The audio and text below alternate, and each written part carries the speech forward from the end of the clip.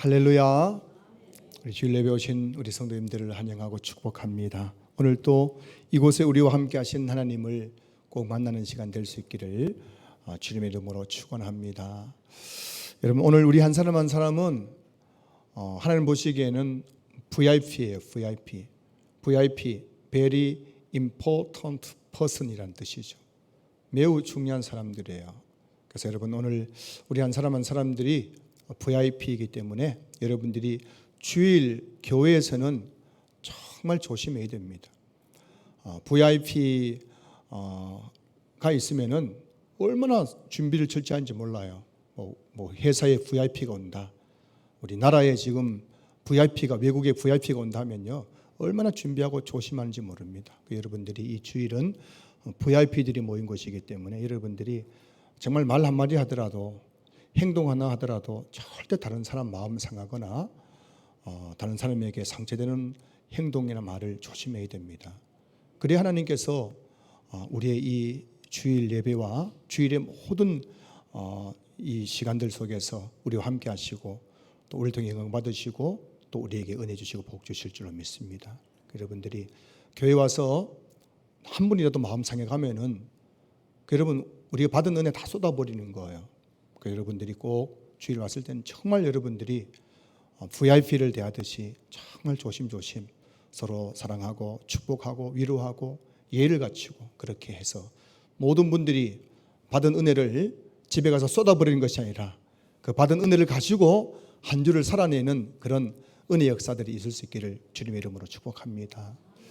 특별히 여러분, 이 주일 예배는 엄마 뱃속에 있는 태아에게 있는 이 생명의 탯줄과 같은 시간이 이 주일 예배입니다. 여러분, 우리가 이 주일 예배를 지켜야 우리 삶에 하나님의 생명이 공급되고 흘러넘치는 거예요. 주일 예배 안 드리고 열심히 살아간다?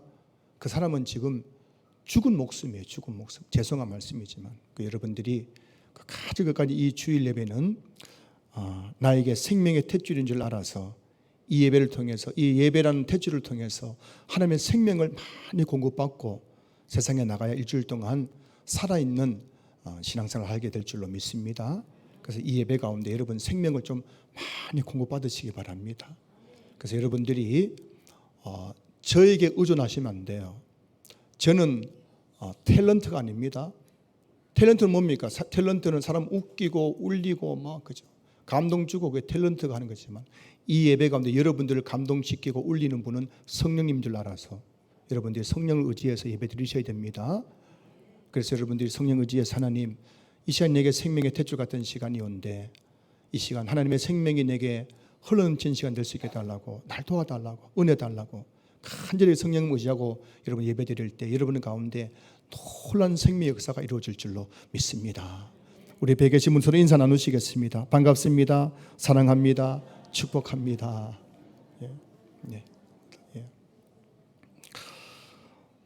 우리 제발 부탁드립니다. 천국 가서 서로 이렇게 서로 바라보면서 좀 미안한 마음 들지 않도록 우리 여기서 서로 잘 하십시다. 아시겠죠? 천국 가가지고 그때 정말 미안했는데 그렇게 생각하지 않도록 여기서 합시다. 옆에 계신 분에게 이렇게 이야기하세요. 있을 때 잘하세요. 있을 때 잘하세요. 있을 때 잘하세요. 있을 때. 오늘은 이 본문 말씀 가지고 내가 그들에게 복을 주리라 하는 제목으로 함께 말씀을, 은혜를 나누겠습니다.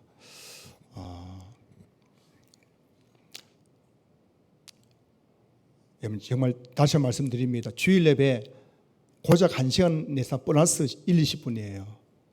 여러분, 이 예배에 누릴 수 있길 바랍니다.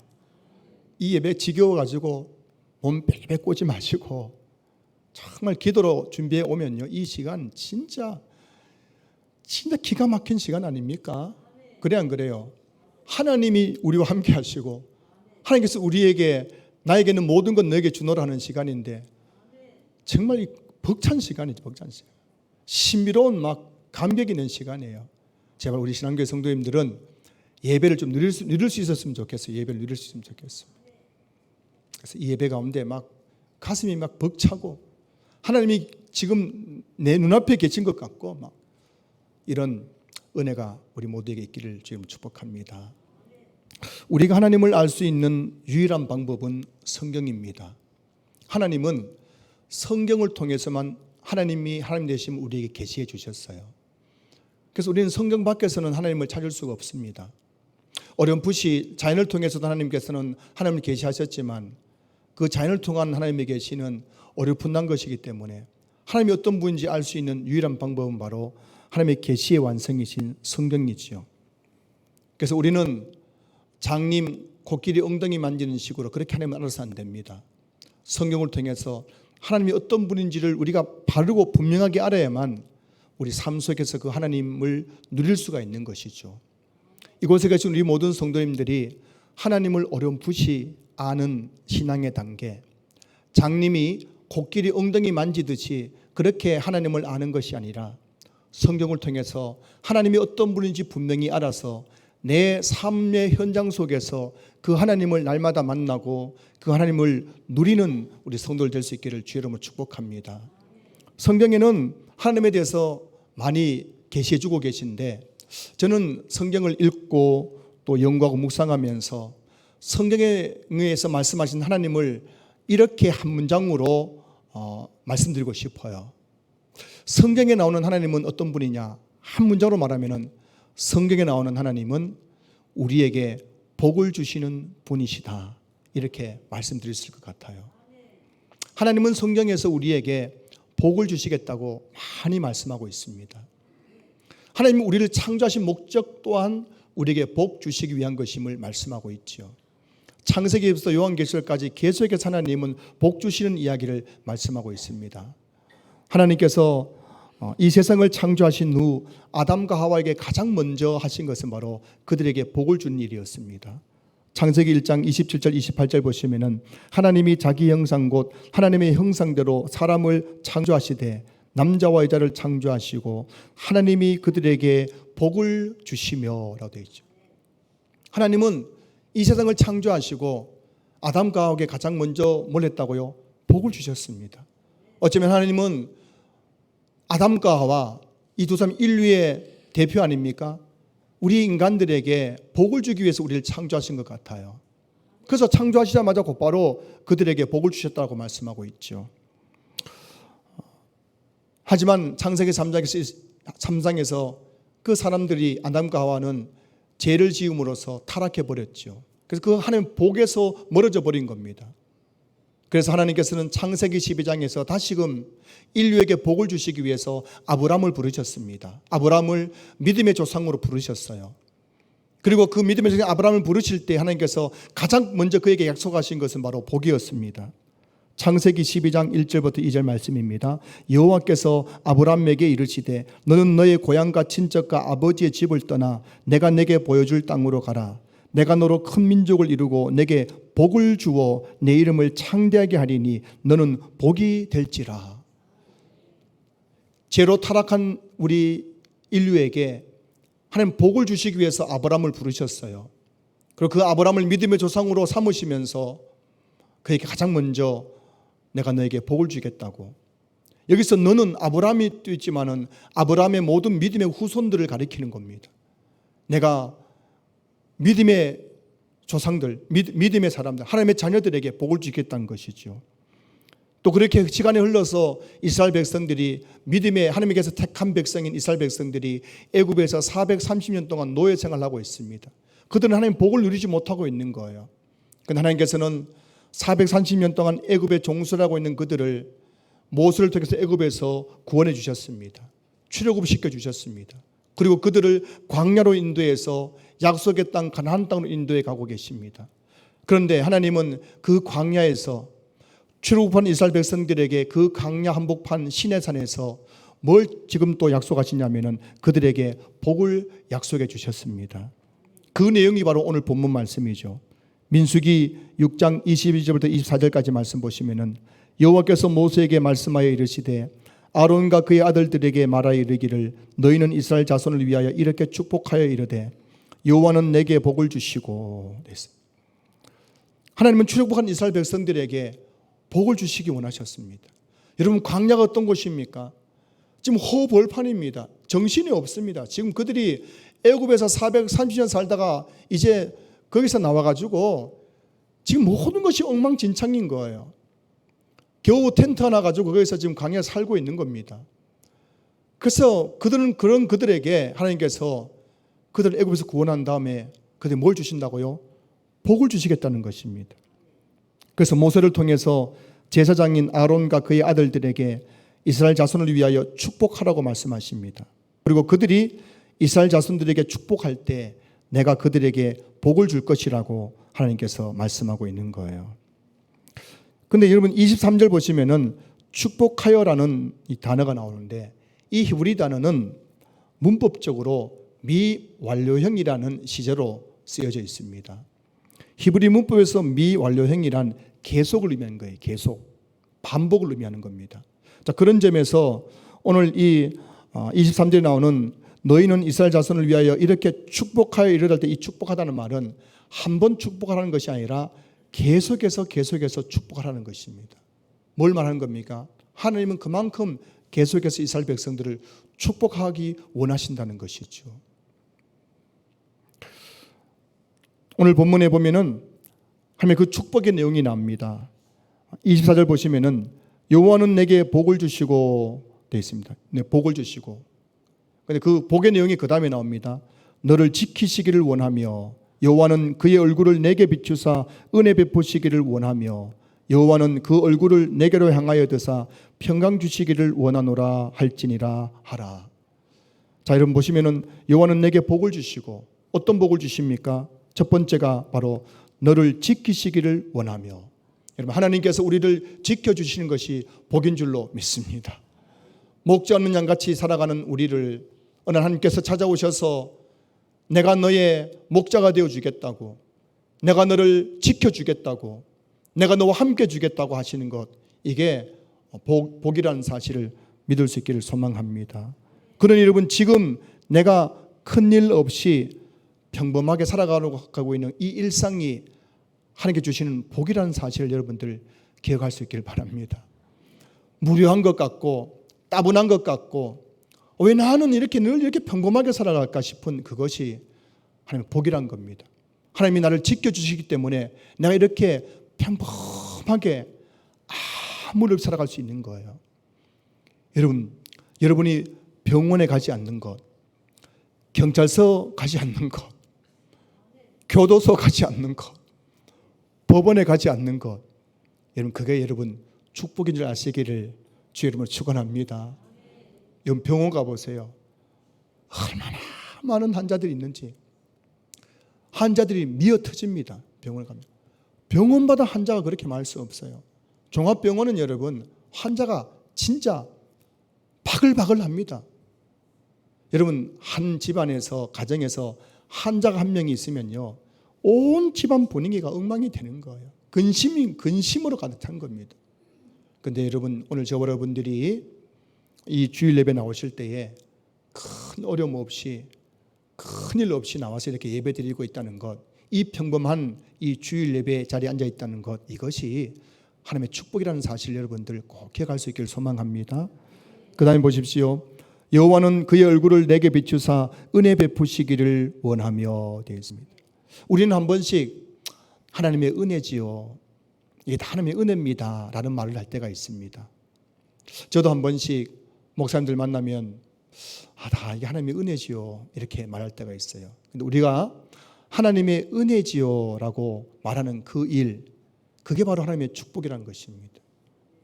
여러분 살아가면서 삶의 순간순간에 하나님 다 하나님의 은혜입니다 라고 생각하는 그 일들, 그것은 하나님의 그 복주심의 결과인 줄 믿을 수 있기를 소망합니다.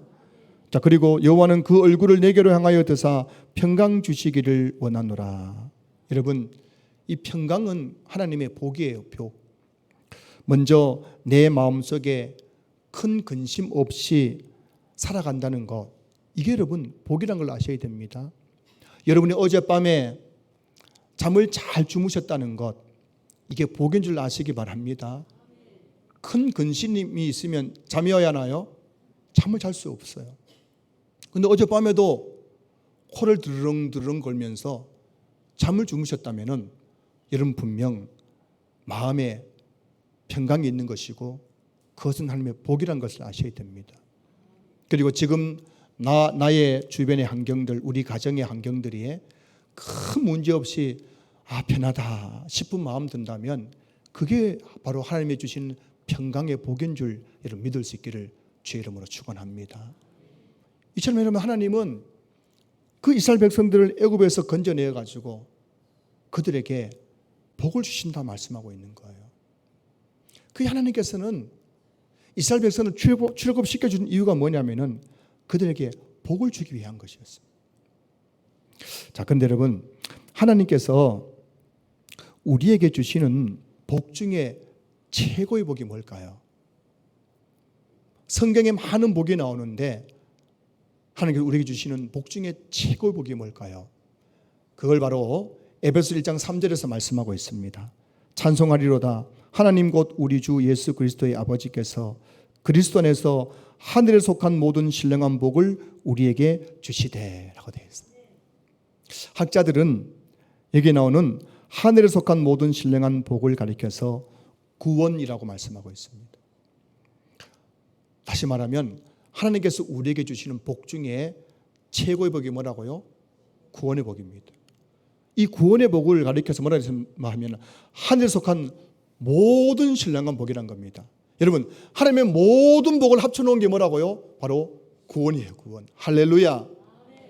우리가 예수님 믿고 죄에서 구원받아 하나님의 자녀로 이 땅을 살아가고 죽어서 천국 가는 이 구원의 복을 받았다는 것은 정말 엄청난 복을 받은 거예요.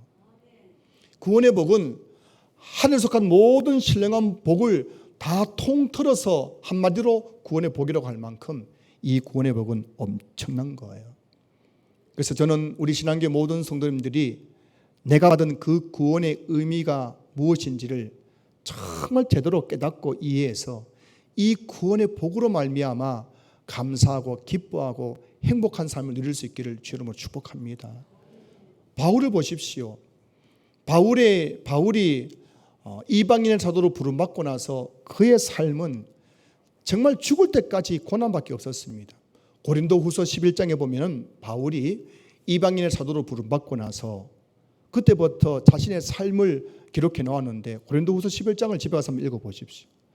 바울이 예수 믿고 나서 바울은 하루라도 빠꾸만 날이 없었어요. 하루라도 좀 예수 믿고 내가 참 복을 많이 받았다 이런 날이 없었습니다. 늘 매를 맞고 헐벗고 굶주리고 돌에 맞고 바다에 빠져 죽을 뻔하고 한 번 가만 태장을 몇 번씩 맞고 늘 그냥 그 삶에 고난이 가득했습니다. 그런데도 바울은 감옥에 갇혀 있는 그 상황 속에서 바울은 주 안에서 기뻐하라, 항상 기뻐하라 그렇게 말했던 거예요. 내 삶에 좋은 것 하나도 없어도 내가 예수 믿고 최고의 복인 구원의 복을 받았기 때문에 기뻐할 수 있다고 바울이 말하고 있는 거예요. 사랑하는 성도 여러분, 우리 신앙교회 성도님들이 정말 예수님을 믿고 받은 이 구원의 복이 얼마나 가치 있는 것인지를 아는 은혜가 있을 수 있기를 소망합니다.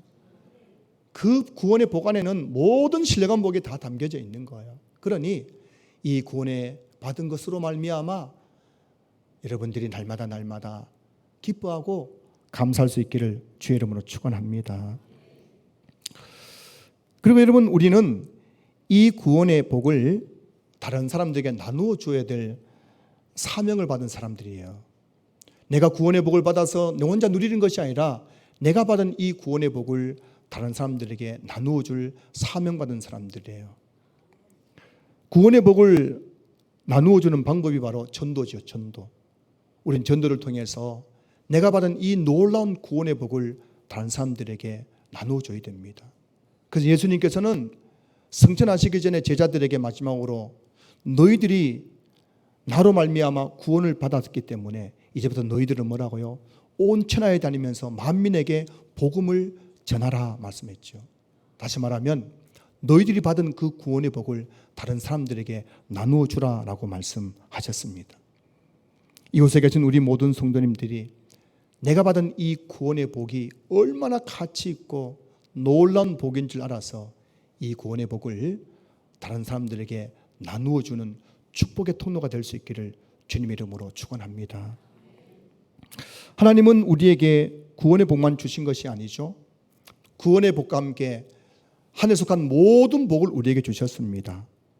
그래서 로마서 8장 32절 보시면은 자기 아들을 아끼지 아니하시고 우리 모든 삶을 위하여 내주신 이가 어찌 그 아들과 함께 모든 것을 우리에게 주시지 아니하겠느냐 말씀합니다. 여기서 자기 아들을 아끼지 아니하시고 우리 모든 사람을 위하여 내주신 사건이 뭐라고요? 십자가 사건이고, 이걸 통해서 우리가 구원의 복을 받았지 않습니까? 이 구원의 복을 우리에게 주신 하나님께서 어찌 그 아들과 함께 구원의 복과 함께 모든 신령한 복을 우리에게 주시지 아니하겠느냐라고 말씀하고 있죠. 우리가 예수님 믿고 구원의 복을 받은 것으로 끝나는 것이 아니라 하나님은 그 구원의 복과 함께 하늘에 속한 모든 신령한 복을 우리에게 주신다는 것입니다. 그 복의 내용들이 성경에 많이 기록되어 있지요. 여러분, 우리가 건강하게 살아가는 것, 병에서 고침받는 것, 이것도 하나님의 복입니다. 그리고 또 우리가 물질의 어려움 없이 살아가는 것, 이것도 복이지요. 우리 자녀들이 잘 되는 것도 하나님의 복입니다. 내가 원하는 일들이 이루어지는 것도 하나님의 복인 것입니다. 성공하는 것, 형통한 것, 이 모든 것 하나님이 주시는 복이라는 것을 성경이 말씀하고 있습니다. 하나님은 하늘에 속한 신령한 복과 땅에 속한 기름진 복을 날마다 우리에게 주시기 원하십니다. 그리고 오늘 여러분, 이 주일 예배는 어떤 시간입니까? 창세기에 보면은 하나님께서 안식일을 복되게 하셨습니다. 그 안식일에 복을 주셨습니다. 이 주일 예배는 바로 구약의 안식일이 신약의 주일이 된 겁니다. 안식일에 복을 줬다는 것은 안식일에 해야 될 가장 중요한 것은 하나님을 예배하는 것이군요. 구약 시대의 창세기 이후로 구약 시대의 이스라엘 백성들이 안식일에 하나님을 예배할 때 하나님께서 그들에게 복을 줬다는 것입니다. 주일날 우리가 성도들이 모여서 함께 예배드릴 때 하나님께서는 그 성도들에게 복을 주신다는 것입니다. 저는 오늘 이 예배 시간이 여러분들이 하나님께 복받는 시간 될 수 있기를 주의 이름으로 축원합니다. 자, 그렇다면 하나님은 어떤 사람에게 복을 주시는 것일까요? 여러분, 하나님 복은 감나무 밑에서 잎 벌리고 있는 것이 아닙니다. 여러분, 감나무 밑에서 잎 벌리고 있으면 감이 떨어지지 안 떨어져요? 안 떨어지죠. 입으로 안 떨어지죠. 자꾸만 입 옆으로 떨어지죠. 감나무 밑에서 잎 벌리고 있다고 감이 떨어진 게 아닙니다. 홍시를 먹으려면 어떻게 됩니까? 감나무 위로 기어 올라가야 되는 거예요. 손을 뻗어서 감을 따야 되는 겁니다. 마찬가지로 하나님 우리에게 복을 주신다 해가지고 그냥 입 벌리고 있으면 되는 게 아니에요. 여러분들이 이 시간 어떻게 하면 복을 받는지를 알아야 됩니다. 그때 여러분의 삶에 하나님의 축복이 흘러넘치게 될 줄로 믿습니다. 첫 번째, 하나님은 복을 구하는 자에게 복을 주십니다. 자, 오늘 23절 말씀 보세요. 아론과 그의 아들들에게 말하여 이르기를 너희는 이스라엘 자손을 위하여 이렇게 축복하여 이르되 라고 되어 있죠. 여기서 이 축복이라는 단어 뜻이 뭐냐면 복을 빌다, 복을 구하다는 것입니다. 하나님은 하나님께 복을 구할 때 복을 주시는 겁니다. 여러분 생각해 보십시오. 여러분이 정말 하나님께 복을 구하고 살아오셨는가? 지난 한 주간 한번 생각해 보세요. 어쩌면 여러분 감나무 밑에서 입 벌리고 있는 사람처럼 살아오지 않았는가 생각해 보십시오. 하나님은 어떤 사람에게 복을 주시냐면은 축복하여, 축복이라는 건 복을 빈다, 복을 구한다는 거예요. 하나님 복을 주십시오라고 기도하는 것입니다. 가만히 있다고 복을 주는 것이 아니라 하나님 앞에 복을 구하는 자에게 복을 주신다는 것입니다. 그래서 27절 말씀, 27절 다시 보시면은 그들은 이같이 내 이름으로 이스라엘 자손에게 축복할지니 내가 그들에게 복을 주리라. 제사장인 아론과 그의 아들들이 하나님의 이름으로 이스라엘 자손에게 복을 구하는 겁니다. 하나님, 이스라엘 자손들에게 복을 주십시오라고 그렇게 기도할 때에 하나님께서 그 기도를 들으시고 이스라엘 자손들에게 복을 주시겠다고 말씀하고 있는 거예요. 오늘 저와 여러분들은 아론과 그의 아들 같은 제사장들 아닙니까? 베드로전서 2장 9절 보면은 너희는 택하신 족속이요. 그다음에 뭐예요? 왕 같은 제사장들이라는 거예요. 오늘 우리에게는 축복권이 있다는 것을 믿을 수 있기를 소망합니다. 복을 구할 수 있는 우리에는 권세가 있는 거예요. 이 시간에 내 자신을 위해서도 축복할 수 있고요. 우리 가족들 위해서도 축복할 수 있고요. 옆에 있는 성도들 축복할 수 있는 겁니다. 하나님 나에게 복을 주십시오. 하나님 우리 가족들에게 복을 주십시오. 하나님 저 암흑의 성도에게 복을 주십시오. 축복할 때 하나님께서 그거 들으시고 그들에게 복을 주시겠다고 말씀하고 있는 것 아닙니까? 성경의 인물 중에서 하나님께 복을 구한 대표적인 인물이 바로 야베스죠. 야베스. 역대상 4장 9절 10절 말씀 보시면은 야베스는 그의 형제보다 귀중한 자라. 그의 어머니가 이름하여 이르되 야베스라 하였으니 이는 내가 수고로이 낳았다 함이었더라. 야베스가 이스라엘 하나님께 아뢰어 이르되 주께서 내게 복을 주시려거든 나의 지역을 넓히시고 주의 손으로 나를 도우사 나로 환난을 벗어나 내게 근심이 없게 하옵소서 하였더니 하나님이 그가 구하는 것을 허락하셨더라. 아멘. 여러분 야베스가 태어났을 때에 그의 어머니가 아들 이름을 짓는데 뭐 축복이 행복이 뭐 이렇게 또 좋은 말 많지 않습니까?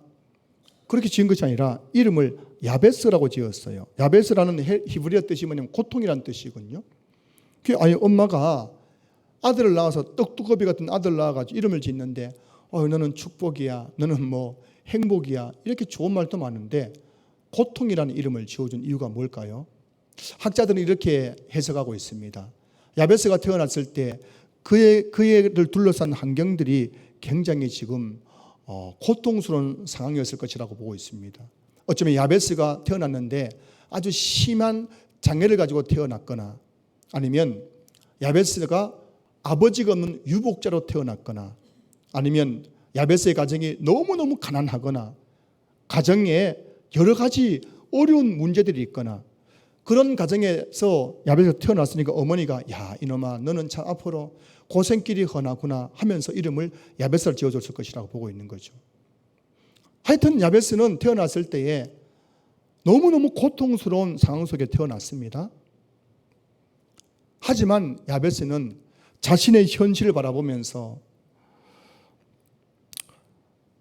자기를 비관하고 부모를 원망하고 세상을 향해 적개심을 품은 것이 아니었습니다.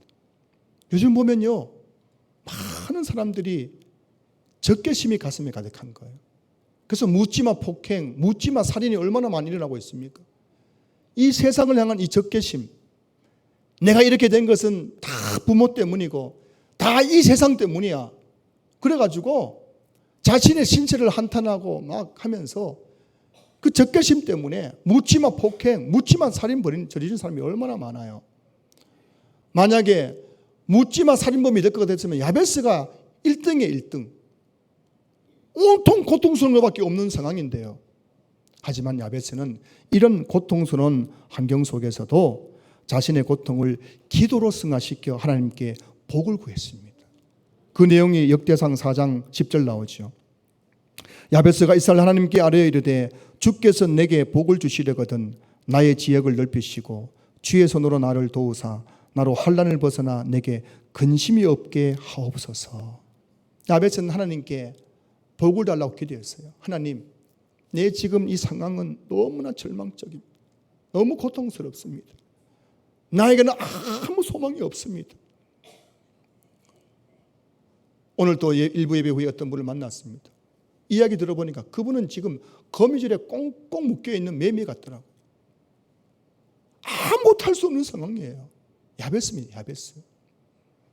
그런 상황 속에 야베스는 하나님께 복을 구했어요. 하나님, 내게 복을 주십시오. 어떤 복입니까? 나의 지역을 넓혀주시고, 이 지역이란 말은 옛날 성경에는 지경이라고 되어 있죠.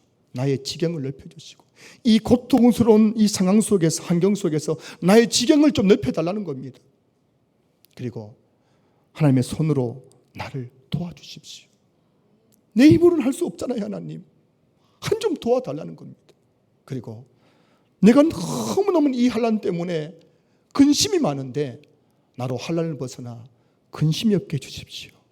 그렇게 하는 게 복을 구했다는 것입니다. 하루 한 번 구한 것이 아니에요.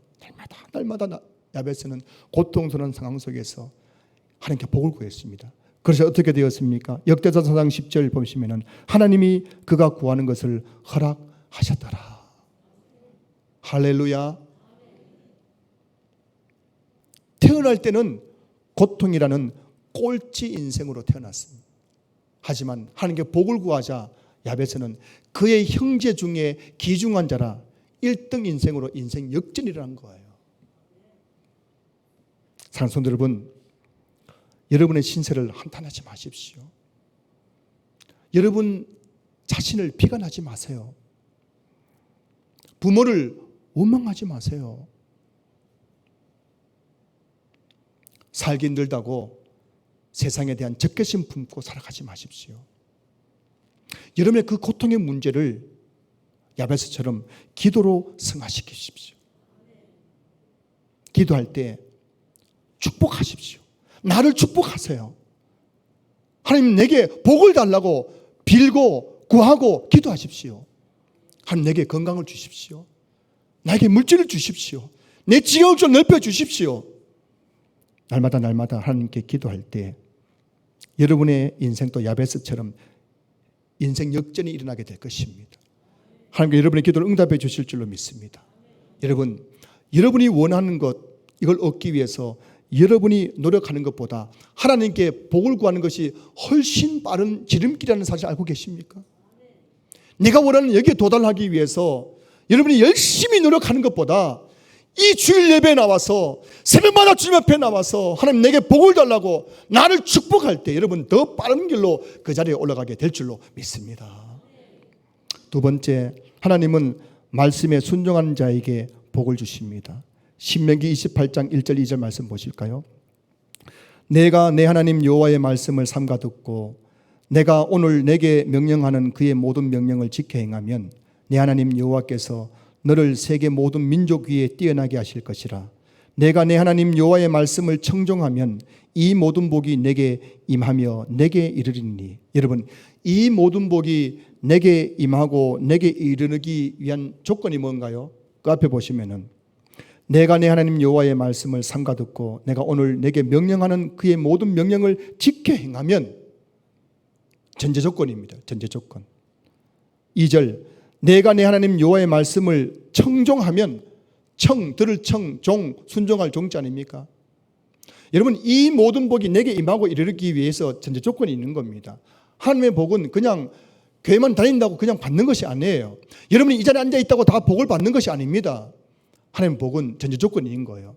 이 모든 받는 전제 조건은 내가 내 하나님 여호와의 말씀을 청종하면, 하나님의 말씀을 듣고 순종할 때 하나님께서 이 모든 복이 내게 임하면 내게 이르게 되는 그 복을 주신다고 성경이 말씀하고 있는 겁니다. 사랑하는 성도 여러분, 정말 여러분 이 말씀 믿을 수 있기를 소망합니다. 하나님은 복을 그냥 예수만 믿는다고 복 주는 게 아닌 거예요. 예수만 믿는 복 받을 것 같으면 다 부자 되고 다 잘 되겠지만 예수 믿고도 여러분 가난하게 사는 사람도 많고, 예수 믿고도 보면 참 불행하게 되는 사는 사람이 굉장히 많습니다. 그러나 우리가 정말 우리 인생의 마지막 날까지 하나님의 그 복을 누리면서 가면 갈수록 내 인생이 아름다운 인생으로 내 인생이 점점 변해가고 야베스 같은 그런 인생으로 변해가고 이렇게 되려면은 우리가 해야 될 일은 하나님께 복을 구할 뿐만 아니라 하나님 말씀을 제대로 듣고 그 말씀대로 살아가야 되는 겁니다. 제발 여러분 좀 말씀 좀 제대로 들으십시오. 면봉 하나씩 가져오세요. 면봉. 예배 때 말씀만 들리면 면봉과 좀 귀를 좀 후비십시오. 귀가 말씀이 들려야 돼요. 말씀이 들려야 그 말씀이 내 마음밭에 새겨지고, 그래야 살아가면서 그 말씀대로 살아갈 수 있죠. 오늘 무슨 말씀 했나. 그게 뻔한 거예요. 뻔한 거예요. 여러분 오늘 이 말씀, 오늘 여러분들이 이 말씀을 듣고 흘러버리면 여러분 일주일 삶 뻔한 겁니다. 또 헤매는 거예요. 하나님 복가는 거리가 먼 인생을 살아갈 수밖에 없습니다. 오늘 주일 예배 때 주시는 그 말씀이 내 귀에 그냥 청천벽력처럼 들리고 내 가슴에 그냥 막 찡하게 다가오고, 그래야 그 말씀 붙잡고 그래 내가 이렇게 살아야지. 그렇게 살아갈 때 하나님께서 그 사람에게 뭘 주신다고요? 이 모든 복이 내게 임하며 내게 이를 것이라. 이런 복을 주실 줄로 믿습니다. 이런 구약만 그런 게 아니에요. 신약 성경도 마찬가지입니다. 요한복음 13장 17절 보십시오. 너희가 이것을 알고 행하면 복이 있으리라. 이것이 뭘까요? 하나님 말씀, 예수님 말씀이죠. 예수님 말씀 아닙니까? 예수님께서 너희가 이것을 알고, 예수님께 하신 말씀을 알고 이것을 행하면 복이 있을 것이라. 할렐루야. 성경의 마지막 성경이 요한계시록 아닙니까? 요한계시록 22장까지 있습니다. 근데 요한계시록 22장 성경의 마지막 장에 뭐라고 되어 있습니까? 요한계시록 22장 7절, 보라 내가 속히 오리니 이 두루마리의 예언의 말씀을 지키는 자는 복이 있으리라. 여러분, 성경 마지막까지 하나님께 뭐라 했다고요? 이 두루마리 예언의 말씀 지키는 자가 뭐라고요? 복이 있을 것이다, 복을 받을 것이다 말씀하고 있는 거예요. 신구약 성경에서 하나님은 하나님의 말씀에 순종한 자에게 복을 주시겠다고 약속하셨습니다. 그래서 제가 성경에 나온 하나님은 한 문장으로 요약하면 말씀드렸죠. 하나님 우리에게 복을 주시는 분이라고 제가 말씀드린 이유가 거기에 있어요. 성경은 구원에 관한 책입니다. 그런데 여러분, 구원이 뭐라고요? 복 중에 최고의 복인 거예요. 결국은 하나님은 이 성경을 통해서 우리에게 복을 주시기 위해서 인간을 창조하셨고 우리 인간을 구원하셨고 오늘도 우리와 함께 하시는 분이신 줄 믿습니다. 주일 예배 나오라 하신 이유는, 예배를 드리라는 이유는 이런 복 주기 위한 것이에요. 성경의 인물 중에서 하나님의 말씀에 순종하여 복을 받은 대표적인 인물이 오벳 에돔이라는 사람이에요. 사무엘하 6장 10절 11절 말씀 보면은 다윗이 여호와의 궤를 옮겨 다윗성 자기에게로 메어 가기를 즐겨하지 아니하고 가드 사람 오벳 에돔의 집으로 메어 간지라. 여호와의 궤가 가드 사람 오벳 에돔의 집에 석 달을 있었는데 여호와께서 오벳 에돔과 그의 온 집에 복을 주시니라. 아멘. 이 내용이 이런 내용입니다. 사울 왕 당시에 블레셋과 전쟁할 때에 여호와의 임재를 상징한 여호와의 궤를 빼앗겨 버렸습니다. 하나님의 궤를 가지고 전쟁터에 나갔는데 사울이 그만 블레셋에게 져가지고 여호와의 궤를 빼앗겨 버렸습니다. 그리고 세월이 흘렀습니다. 이제 다윗이 왕이 된 다음에 그 여호와의 궤를 다시 다윗성으로 모셔오려고 하는 겁니다. 그런데 다윗성으로 여호와의 궤를 모셔오는 과정 속에 어떤 일이 있었냐면은 베스메스라는 곳에 이르렀을 때 그 베스메스 사람들이 여호와의 궤가 신기하잖아요. 그래가지고 여호와의 궤의 뚜껑을 들여다봤다는 겁니다.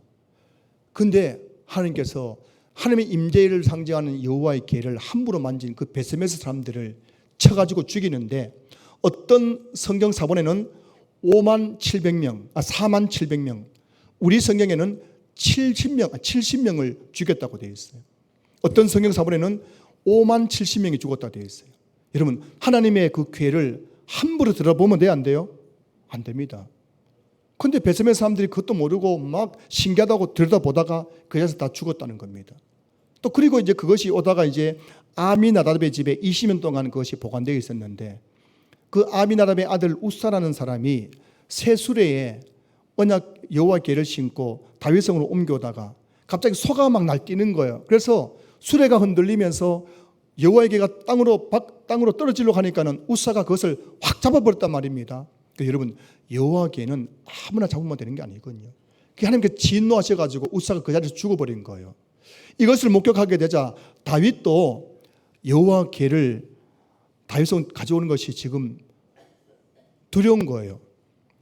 혹시 내가 이것도 잘못 만지다가 죽지 않을까? 혹시 잘못하다가 또 하나님께서 진노하지 않을까 싶어가지고 다윗도 그 신하들도 그 누구도 이 여호와의 궤를 모셔가려고 하지 않는 겁니다.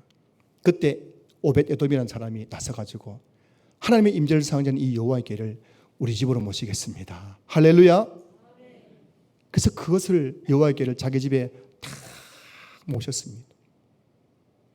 하나님께서 이 오벳에돔의 순종을 보시고 오벳에돔과 그의 집에 복을 주셨다는 것입니다. 3번에 가면 이 광정교회라는 교회가 있어요. 여러분 아시는 분도 계실 테지만 그 강정교회 출신 어느 권사님이 저에게 이런 말씀을 하셨어요. 교회 초창기에 성도들이 다 가난했대요.